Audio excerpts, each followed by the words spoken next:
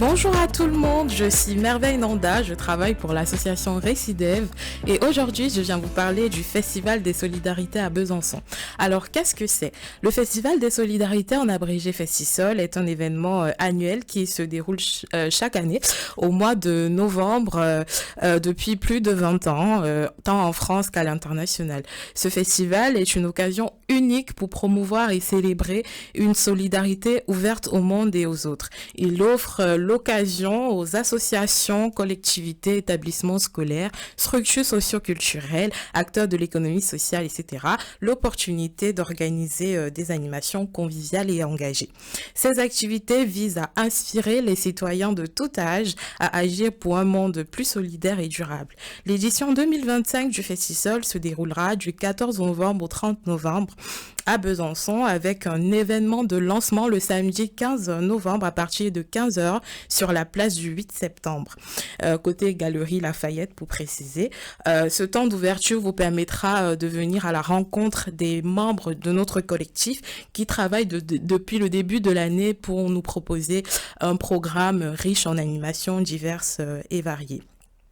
En parlant de ce collectif-là, nous l'appelons généralement collectif Festisol de Besançon, il rassemble actuellement 14 membres parmi lesquels figurent les associations comme le CCFD Terre Solidaire, le GREF, Miroir du Monde, le MRAP, Palestine Amitié, Peuple Solidaire Doubs, Amnesty International, la CIM de Saône, Artisans du Monde, la CIMAD, Ludo Enfant, La Voix du Sapin, et Récidev qui est référent du Festisol à Besançon et qui le coordonne depuis de nombreuses années. Il faut aussi noter que les relations internationales de la ville de Besançon font partie de ce collectif.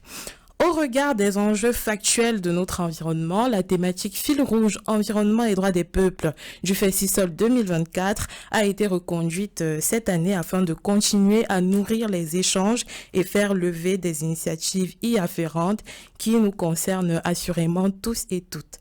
Cette année encore, le collectif accorde une importance particulière à la dimension pédagogique de l'événement. Ainsi, du 17 au 28 novembre, cette association du collectif interviendront dans 3 établissements scolaires de Besançon, notamment le collège Voltaire, le lycée François-Xavier et le lycée Ledoux. Ces interventions d'1 heure permettront aux associations d'aborder avec les élèves des sujets tels que l'environnement, les droits des peuples, le commerce équitable, la lutte contre les discriminations ou encore l'interculturalité. Dans un autre temps, une quinzaine d'événements ouverts au grand public et gratuits auront lieu durant toute la durée du festival dans 6 lieux de la ville de Besançon, notamment le foyer des jeunes travailleurs Les Oiseaux, le foyer des jeunes travailleurs La Cassotte, le café associatif de Miroir du Monde, le Grand Cursal, la salle Proudhon du Grand Cursal et la place du 8 septembre, comme j'ai dit tout à l'heure pour l'événement de lancement. Plusieurs événements gratuits et ouverts au public sont donc au programme durant le festival. Il s'agit entre autres de 3 belles expositions. La première en lien avec les mots de notre alimentation. La deuxième qui est une exposition photographique en lien avec l'éducation au Bénin. Et la troisième qui est une exposition de dessins d'enfants autour du thème de l'environnement. Ces expositions aussi sont ponctuées à la fois par des ateliers, des projections de films et des débats afin de mieux nourrir les échanges. Au programme aussi, nous avons des projections, débats de films sur plusieurs thématiques comme par exemple l'engagement des femmes dans la préservation de l'environnement au Cameroun, la résilience des Gazaouis dans le contexte actuel en Palestine ou encore des idées pour mieux se nourrir demain.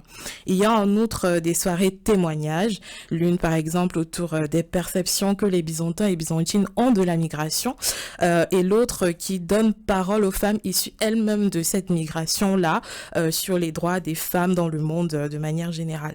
Au programme enfin, nous avons le spectacle des pintades et des manguiers des compagnies Kala Kala et Rock Scissor Paper le dimanche 30 novembre à partir de 15h au Grand Cursal. Ce spectacle qui fait la tournée de la région Bourgogne-Franche-Comté nous conte un peu l'histoire d'une famille burkinabé qui se voit bouleversée par les changements climatiques et qui se retrouve en quelque sorte dans l'obligation de quitter son pays pays qu'est le Burkina Faso. Donc ce spectacle est très intéressant car il aborde de manière générale les thématiques de migration climatique, de lien familial et d'attachement à la terre. Il est ouvert au tout public à partir de 15 ans. Il a lieu donc, comme je l'ai dit, au Grand Cursal à partir de 15 heures. Donc n'hésitez pas à venir nous retrouver durant ce temps qui sera très intéressant, et puis des échanges aussi s'en suivront. Voilà, tout ce programme-là est disponible en support numérique sur notre site internet www.recidev.org.